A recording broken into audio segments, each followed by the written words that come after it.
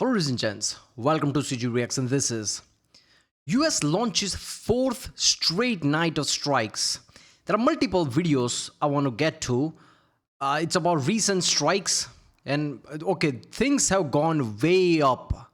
Like multiple locations, like 4 days straight. US has been constantly bombing Iran. I mean, what did they expect is going to happen? You piss off America so much, this was bound to happen. So this is going to be interesting. Let's watch one.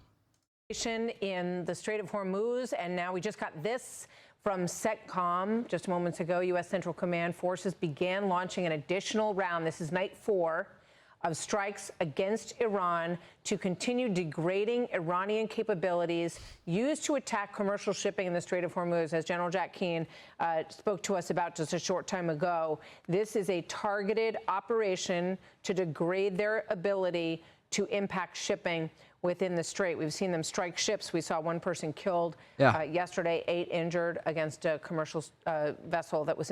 So strikes are taking place as American forces prepare to resume the naval blockade. That is also on top. You know what people say, like USA cannot do much to Iran because they don't know like where specific targets to attack. If you slap somebody, they're not gonna die. But if you slap them continuously for 1,000 times for a week straight, they might die. USA can't do this. And they're doing this. What do you think was going to happen? All right, this is the footage of many strikes, over 80 plus targets in Bandar Abbas, the US hit. Whoa. Whoa. Whoa.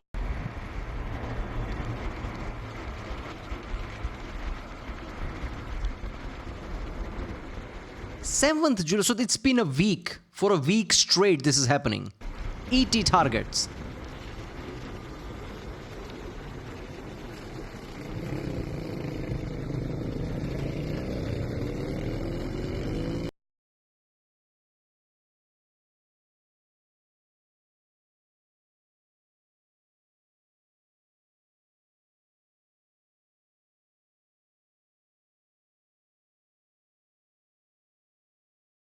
There goes the speedboats. Many speedboats were taken out.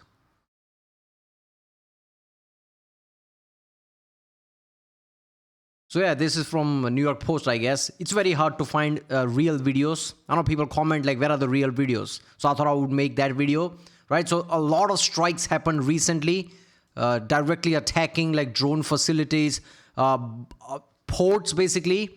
I also have a televideo that we're going to watch in a second about how that boat drone took out that place, right? So submarine and everything. So things have been intensifying a lot. All right, this is latest. This is Trump talking about this is literally a minute ago while I'm watching this. You can negotiate with these people is through strength. And the only strength is military strength. And that's what we've done. We're going to hit them very hard tonight. We're going to hit them very hard tomorrow night. We're going to hit them very hard the night after. And then next week it gets really bad for them because next week comes the power plants. Next week comes the bridges. We're going to knock out all their power plants. We're going to knock out all their bridges unless they get to the table and negotiate.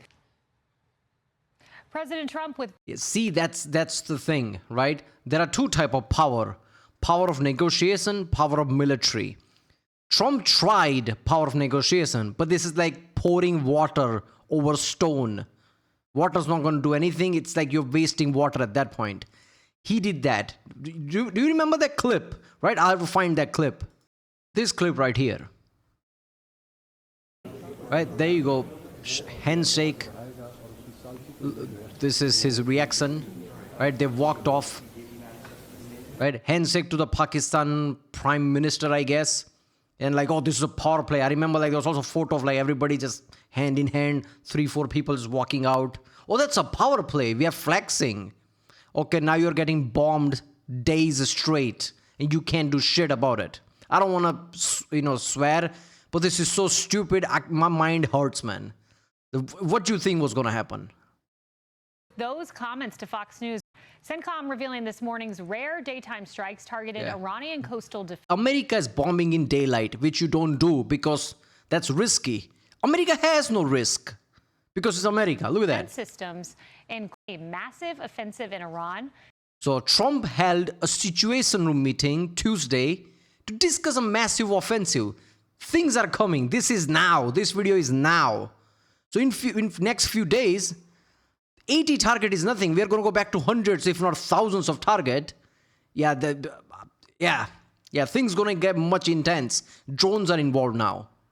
By the way, this is Iran's response. Obviously, can't attack America. So who to attack? Iran has responded by firing at its neighbors. We've got remarkable video of an Iranian Shahed drone crashing down on a warehouse and some civilian structures. That's a way big of an explosion for Shahed drone. Are we sure about that? Inside of Kuwait. Now, there is an historic development that has been overshadowed by everything that's happening. Probably hit something like an oil depot or something. It's Kuwait. In Iran. And that is the fact that Israel and Lebanon have been negotiating. They wrapped up 2 days of negotiations. America and Iran was negotiating while Israel and Lebanon was going at it. Now it's opposite? Alright, let's watch the AI tele video. Oh, there you go. Inside the US Navy's most lethal sea drone. This is about the literal yesterday when sea drone, a boat, which is a drone, blew up a submarine and a port. This is like, I guess, detailed animation of it by channel AI Tele.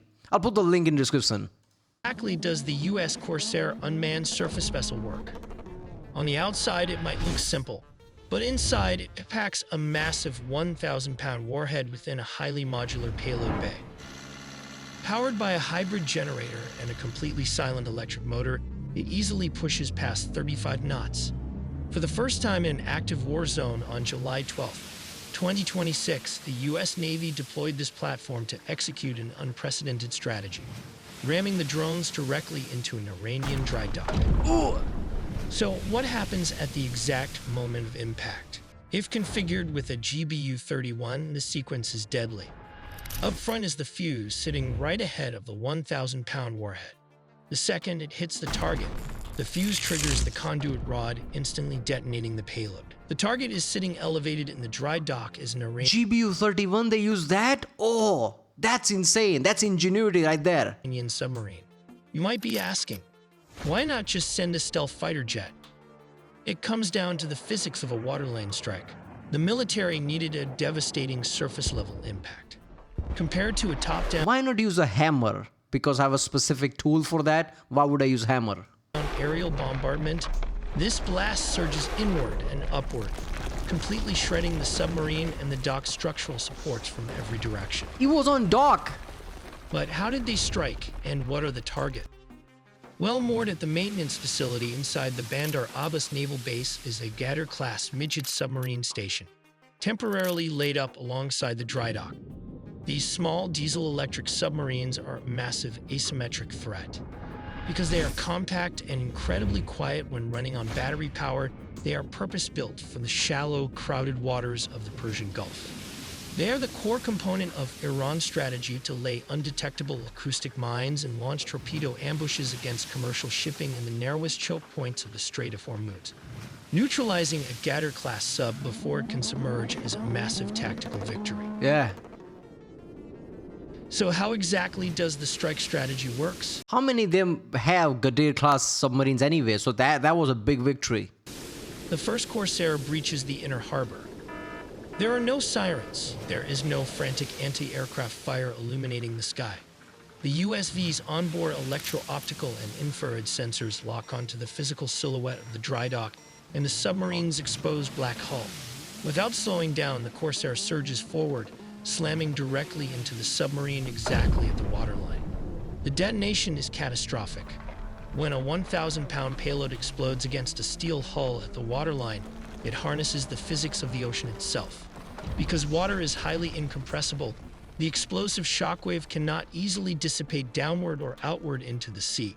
Instead, the path of least resistance is the target itself. The energy is forcefully directed inward and upward, simultaneously tearing through the steel pressure hull of the submarine and obliterating the concrete. Not to mention, if it explode over water, that 1,000 pounds of thrust would vaporize the water and would create a steam pressure that would increase the explosion element of it. So like just pushing out like a shotgun. Dock supports. Milliseconds later, the second and third Corsairs strike their designated coordinates along the maintenance facility. The synchronized water lane impacts effectively break the back of the submarine, sending seawater flooding into its shattered compartments and structurally compromising the dry dock beyond immediate repair. But let's dive into more detail. What happens when the boat's 1,000-pound warhead and fuse hits the dock? At the front is the nose fuse well. All this is joined by a fuse conduit. Sandwiched in between this rod in the middle is the explosive-filled 1,000-pound warhead. This channel rod is connected to a tail fuse. Just a reminder, this is an unguided, low-drag general-purpose bomb, part of the United States Mark 80 series of weapons system. Let's take a look at how this works in a super simplified animation. Upon hitting the docks, the frontal fuse activates, burning the fuse conduit from the front to the back, thus creating a huge explosion. The alternative option is using the tail fuse FMU139. This is usually used for delayed action and is set by the control. Yeah, I was about to say that this is for bunker busting operational, so it doesn't detonate pretty fast. That is really good, even for this purpose, if you want for boat to crash into something deep. I mean, it's not going to happen, but if you want something to crash into something, so something collapses, and then you want to explode it. So this bomb is perfect. When it hits the target, the fuse activates, and the conduit rod, which creates the 1,000-pound explosion after a few seconds, is programmed. This can create a lot of damage considering its small $4,000 price tag. What? Let's take a look inside the Corsair by Saronic Technologies. Up front, this 24-foot autonomous boat features a flexible weapons bay. In this strike configuration, it houses a single 1,000-pound GBU-31 bomb, mounted on a custom launch cradle. But the payload is highly adaptable. You can swap that out and load the hull with raw TNT or even a torpedo. Moving to the back, we have the propulsion system. This can be a hybrid power. An internal combustion engine serves only as a high-speed generator that generates electricity to keep the large battery pack charged, essentially acting as a range extender. Those batteries power a completely silent electric motor. Basically hybrid. Engine is very internal combustion engine is very inefficient because you can't like curve it when you not want, like pistons just move at its slowest pace. That's the thing you can do. You can't go below that. But if it generates battery, you can use battery or store it, like energy in it. So it's very efficient that way. When you want it, or otherwise you just close it and battery just recharges. There is no wasted energy. This is why hybrid works.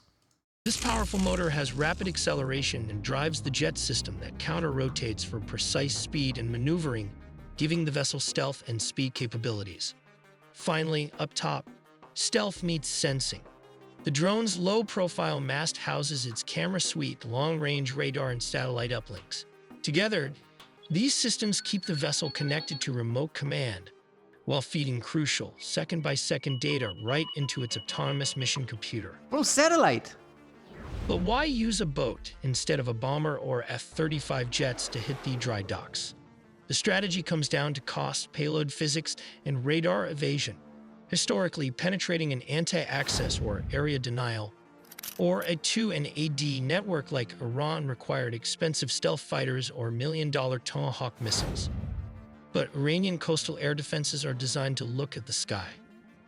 Yeah! A small composite hull boat surging at... This is ingenious. Even a drone can be picked up. How are you gonna pick up a sea drone? Which radar is that gonna be? How are you gonna pick up a small, like very, very flat boat, which what this is, right? It's very small, so it's like very close to the ocean. Anything can reflect off. Ocean is basically noise when it comes to anything radar. You can't pick up this boat because of this noise. This is basically stealth in its own way. If you're a very big ship, you need to think about stealth, not this. You can literally put a warhead on it, no human on board, very cheap. It's just like all boxes tick. Why would you risk a B-2 bomber? 35 knots essentially slips beneath the radar horizon. While aerial bombing is superior for hitting deep inland bunkers or mobile targets, it can't match a sea drone's waterline damage.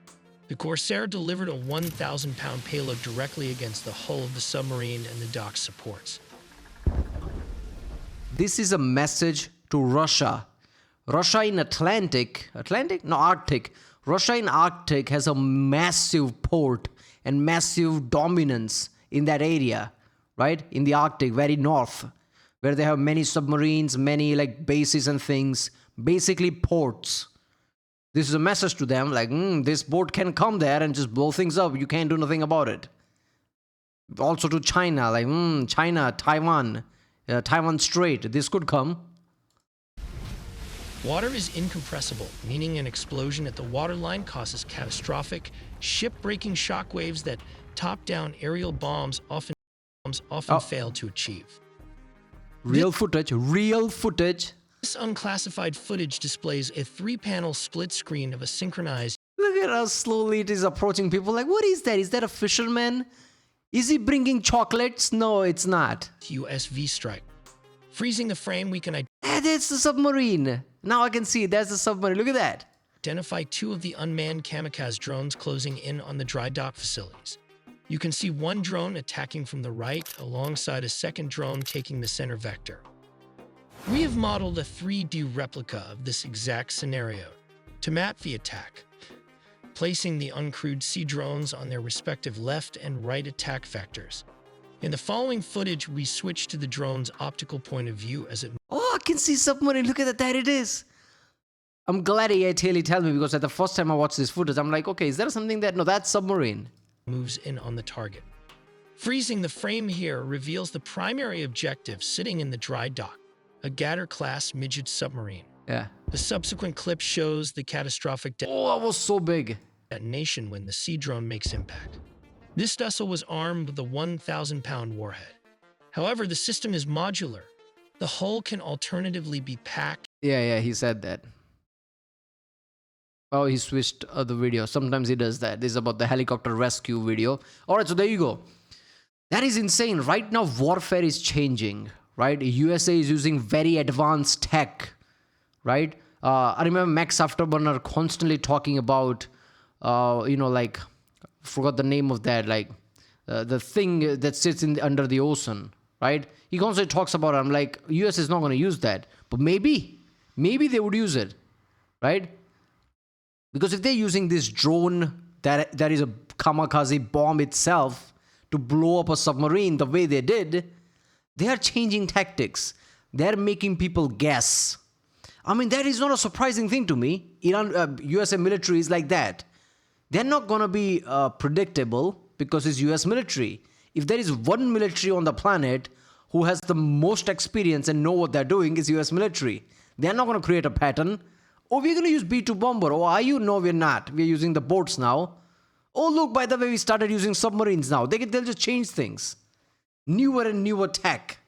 You can't fight USA because of this. Too many things. It's overwhelming. Oh, well, there you go. If you like my reaction, don't forget to like and subscribe. You'll be really helping out this channel. I've been getting a lot of views past few days, so thank you for that. And if you want me to do any specific reaction, comment down. Yeah, I'll see you next time.